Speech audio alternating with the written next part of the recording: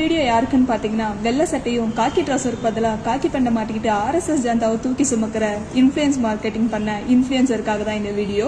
So இந்த வீடியோவில் என்னென்ன நான் கேட்குறேனோ அதெல்லாம் கேட்டு நீங்களும் ஒரு போஸ்ட் போடுங்க. உங்கள் வீடியோ கண்டிப்பாக நாங்களே ஃபயர் விடுறோம். ஸோ நம்பர் 1, பஸ் ஏன் வரல அப்படின்னு சொல்லி கேட்டால் அது கரெக்டான பதில் சொல்லாமல், தம்பி நீ சாப்பிட்டப்பா நான் இன்னும் சாப்பிடலப்பா அப்படின்னு சொல்லாமல் கரெக்டான ஒரு பதில் சொல்லுங்கள்.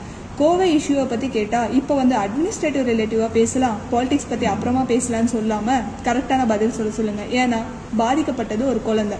ஸோ தேர்ட் ஒன் பார்த்தீங்கன்னா, பயன்பாடு இல்லாத பாறையை நோண்டி அதுக்குள்ளே குப்பையை கொட்டணுமா, இந்த மாதிரி கேவலமான ஐடியா கொடுக்காம கரெக்டான ஒரு ஆக்ஷன் எடுக்க சொல்லுங்கள். கரண்ட் கட் பற்றின ஒரு இஷ்யூ வருது அப்படின்னா அது கரெக்டாக ஒரு ஆக்ஷன் எடுக்க சொல்லுங்கள். ஸோ அதை விட்டுட்டு யாரோ பண்ணியிருப்பாங்க அப்படின்னு சொல்லாதீங்க. கச்சத்தீவு பற்றி நீங்கள் என்ன நினைக்கிறீங்க, என்ன சொல்ல வரீங்கன்னு கேட்டால் நோ கமெண்ட்ஸ் அப்படின்னு சொல்லாமல் கரெக்டாக பேச சொல்லுங்கள். இதுவரை பார்த்தீங்கன்னா 25 கொலை, 4 இரட்டை கொலை, 19 பாலியல் கொடுமை நடந்திருக்கு.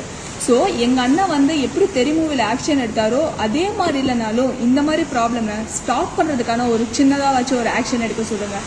தென் ப்ரெஸ் மீட் கொடுங்க அண்ணா அப்படின்னு சொல்லி பின்னாடியே வந்த பத்திரிகையாளர்களை ஓட விடாமல் கண்டிப்பாக மாசா ஃபயர் விடுற அளவுக்கு எங்கள் அண்ணன் ப்ரெஸ் மீட் கொடுப்பாங்க அப்படின்னு சொல்லி ஒரு நாள் கொடுக்க சொல்லுங்கள்.